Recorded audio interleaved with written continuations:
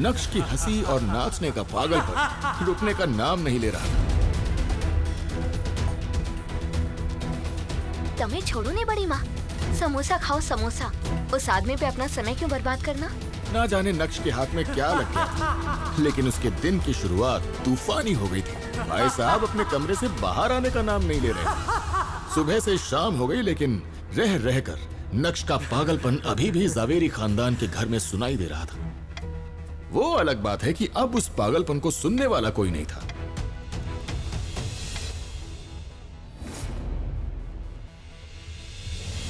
अचानक नक्श को ऑफिस में देखकर भानुशाली ग्रुप के एम्प्लॉयज शॉक्ड हो गए। अरे देखो देखो, ये तो नक्श है ना, लेकिन ये यहाँ पे क्या कर रहा है? लगता है बड़े साहब से नौकरी मांगने आया है। और मैंने तो सुना है आजकल ये गरीबों से भी बदतर जिंदगी जी रहा है। एक तरफ भानुशाली ग्रुप के कुछ लोग नक्श का मजाक बना रहे थे, तो दूसरी तरफ कुछ ऐसे लोग भी थे जिन्हें नक्श के डैड पर बहुत भरोसा था और वो सभी नक्श को देखकर बहुत खुश थे। अब आया ना ऊंट पहाड़ के नीचे, यही सही समय है। इन लोगों को मेरी जरूरत है,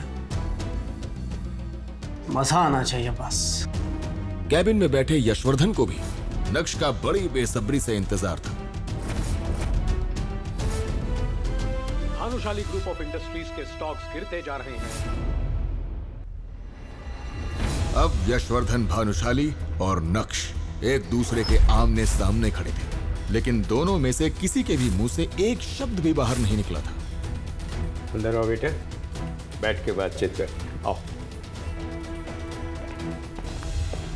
नक्श, जो कल तक चित्रा और अनिका के ताने सुन रहा था, वो आज भानुशाली ग्रुप के चेयरमैन के आलीशान कैबिन में बैठा था। कैसे हो बेटा? दादू की याद नहीं आई तुम्हें कभी? नक्श को यशवर्धन भानुशाली की भावुक बातों से कोई फर्क नहीं पड़ रहा था, क्योंकि उसे पता था ये सब एक दिखावा है। मिस्टर भानुशाली, मेरे ख्याल से हमें सीधा मुद्दे की बात पे आना चाहिए। ये सब बातें तो आप कल कॉल पे कर ही चुके हैं। नक्श बेटा, तुम मेरे पोते हो और मैं समझ सकता हूँ कि तुम क्यों मुझसे नाराज रहते हो, और मैं अपनी गलती स्वीकार भी करता हूँ बेटा। लेकिन इस गलती के लिए बरसों से मैं अपने आप को तकलीफ दे के आ रहा हूँ, अपने आप को कोसता रहा हूँ। हम दोनों इस बात को बहुत अच्छी तरह से जानते हैं कि हम यहाँ पर ये सब इमोशनल बातें करने नहीं आए। आप सीधे काम की बात कीजिए। ये तो चलता हूँ मैं। मत जाओ बेटा, बैठो। भानुशाली ग्रुप को तुम्हारी बहुत जरूरत है, तुम्हारे दादाजी को तुम्हारी बहुत जरूरत है बेटा। क्या तुम अपने दादाजी को माफ नहीं करोगे बेटा? वैसे तो नक्श को बहुत गुस्सा आ रहा था, लेकिन उसके पास भी यही एक मौका था जहां वो खुद की जिल्लत भरी जिंदगी को बदल सकता था। मैं जानता हूँ कि आज से कुछ साल पहले मैंने तुम्हारे पापा के साथ कुछ ज्यादा ही सख्ती दिखाई थी बेटा, लेकिन अब मैं अपनी गलती सुधारना चाहता हूँ। तुम्हारे पापा ने इस कंपनी को इतना बड़ा बनाने में अपना खून पसीना एक किया था बेटा। वो एम्पायर आज टूटने की कगार पे है बेटा। मीडिया वाले पहले ही बात का बतंगड़ बना चुके हैं बेटा। नक्श ने अपने दादाजी को इतना लाचार और असहाय आज से पहले कभी नहीं देखा था। उनकी आंखों में आंसू देखकर उसे यह एहसास हो गया कि वो झूठ नहीं बोल रहे हैं, बल्कि उन्हें सच में उसकी जरूरत है। मगर नक्श भानुशाली ग्रुप के सीईओ दर्पण भानुशाली यानी अपने चाचा को बिल्कुल भी पसंद नहीं करता था।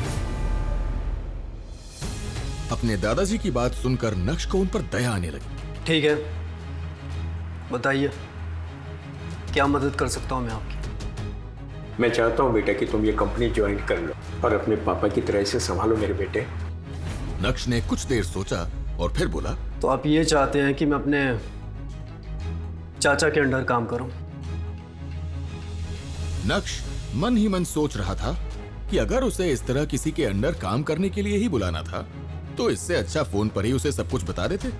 लेकिन नक्श के यहाँ आने का मकसद कुछ और भी था। वो अपने दादाजी की बात में आकर किसी भी बात पर हाँ करने के लिए तैयार नहीं था। देखिए दादाजी, यहाँ पर बात कंपनी और आपके फायदे की है, तो आप ये रिश्ते, नाते, पछतावा जैसे शब्दों को पीछे ही रखें तो बेहतर होगा। मैं आपकी परेशानी समझता हूँ और उसे दूर करने के लिए तैयार भी हूँ, लेकिन बदले में आपको भी कुछ ऐसा करना होगा जिससे कि मुझे खुशी मिले। मेरे और मेरे पापा का जो सम्मान था, जो कि खो गया था, वो वापस आ सके। मैं आपसे ज्यादा कुछ नहीं मांगता, मेरी बस कुछ शर्तें होंगी जो समय समय पर आपको पूरी करनी होंगी। नक्श के मुंह से शर्त वाली बात सुनकर यशवर्धन चौंक गए। और बदले में मैं आपके लिए वो सब करता रहूंगा जो आप मुझसे करवाना चाहते हैं। शर्तें? तो क्या तुम अपने बड़ों के सामने शर्तों पे काम करोगे? वो क्या है ना दादाजी, पिछले 2.5 सालों में जिंदगी में इतनी ठोकरें खाई है मैंने कि अब इस बात को अच्छी तरह से सीख गया कि इस दुनिया में ईमानदार और सीधा बन के रहना कितना मुश्किल काम है। तो शायद अब दुनिया के तौर तरीकों के हिसाब से ही बात करूंगा, वही मेरे लिए सही होगा। और वैसे भी ज़रूरत आपको मेरी है, मुझे आपकी कोई ज़रूरत नहीं है। तो बताओ तुम मुझसे क्या चाहते हो? मेरी पहली शर्त यह है कि अगर मैं ये कंपनी ज्वाइन करता हूं तो इस कंपनी का CEO मैं बनूंगा।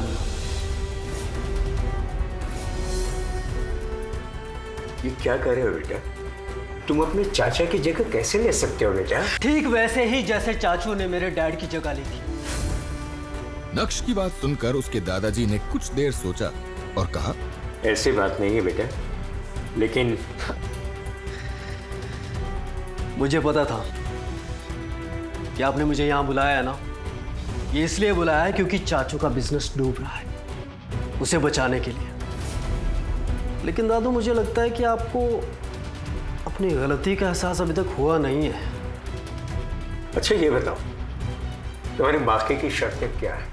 मेरी दूसरी शर्त ये है कि अगर मैं इस कंपनी में वापस आऊंगा तो मुझे यहाँ काम करने की पूरी फ्रीडम मिलेगी।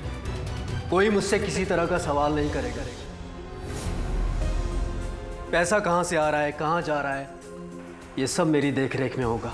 No if no but. और शर्तें अभी खत्म नहीं हुई है और कभी होंगी भी नहीं। इस कंपनी को मेरे हिसाब से चलना होगा। तुम्हारी शर्तें सुन के लग रहा है बेटा जैसे तुम किसी जन्म का बदला लेना चाहते हो। कोई बात, मुझे तुम्हारी ये शर्तें भी मंजूर है।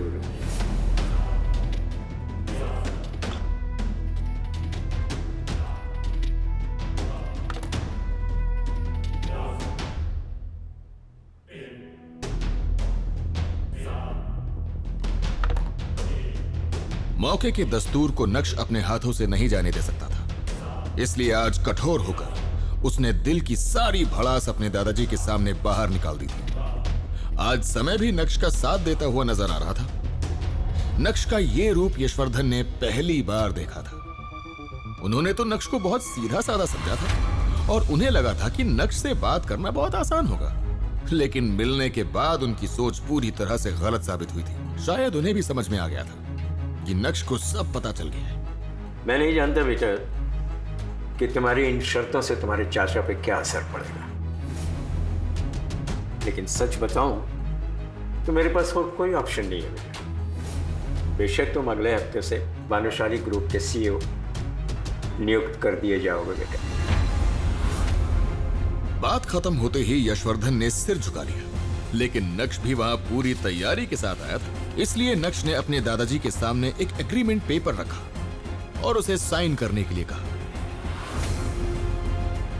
तो बेटा तुम्हें मुझ पर भरोसा नहीं? जो कुछ भी आपने मेरे पापा के साथ किया, उसके बाद मैं सिर्फ आपके साइन पर ही भरोसा कर सकता।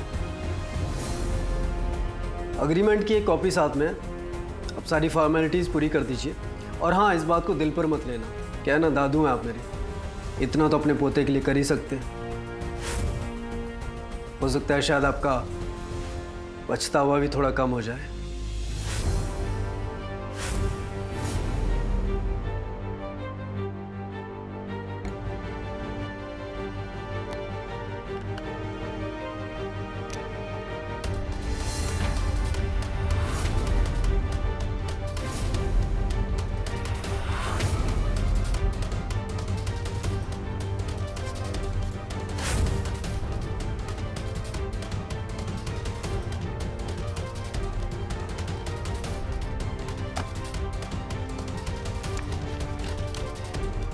मुस्कुराते हुए नक्श भी कैबिन से बाहर चला आया और जाते जाते एग्रीमेंट पेपर की कॉपी को यशवर्धन के हाथ में थमा चुका था।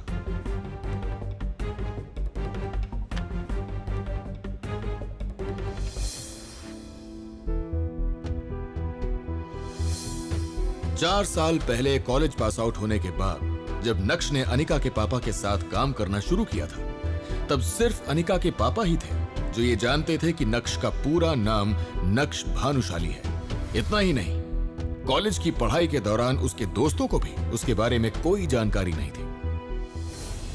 अनिका के पापा के साथ काम करते वक्त नक्श की मुलाकात अनिका से हुई और पहली नजर में ही वो अपना दिल खो बैठा। लेकिन उसे क्या पता था कि इतना प्यार होने के बाद भी जब वो अनिका से शादी करेगा तब उसे उस शादी में एक जिल्लत की जिंदगी के अलावा और कुछ नहीं मिलेगा। भले ही मैं अनिका को अपनी सच्चाई इतनी जल्दी नहीं बताऊंगा, लेकिन आज ऐसा महसूस हो रहा है कि मेरे अंदर कुछ बदल गया है, जैसे मेरे हाथ में कोई पावर आ गई है और अब मैं उन लोगों को जवाब दे सकता हूं जो आज तक मेरे ऊपर हंसते आए हैं। बगावत की शुरुआत हो गई है और अब आगे आगे देखो होता है क्या। घर पर अनिका और चित्रा इस बात को लेकर हैरान थे कि नक्श उन्हें बिना बताए अचानक कहाँ गायब हो गया। मम्मी आपको पता ही है नक्श किधर है? कॉल भी नहीं उठा रहा है, पता नहीं कहाँ गायब है। ना बेटा, मने खबर न थी और कल से तो उसका रूप ही बदला हुआ है।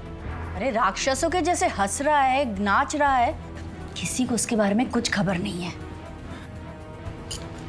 बेटा मुझे लगता है अब उसे लाइन पे लाना ही पड़ेगा।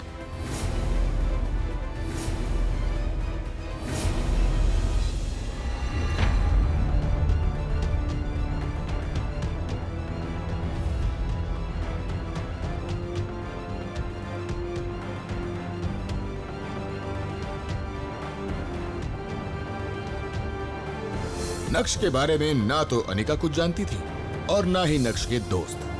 आखिर इसकी क्या वजह रही होगी? क्या नक्श को भी साइलेंट रहना पसंद था? वैसे नक्श के नाचने और राक्षस की तरह हंसने के पीछे का क्या कारण था? क्या लॉटरी लग गई थी भाई साहब की?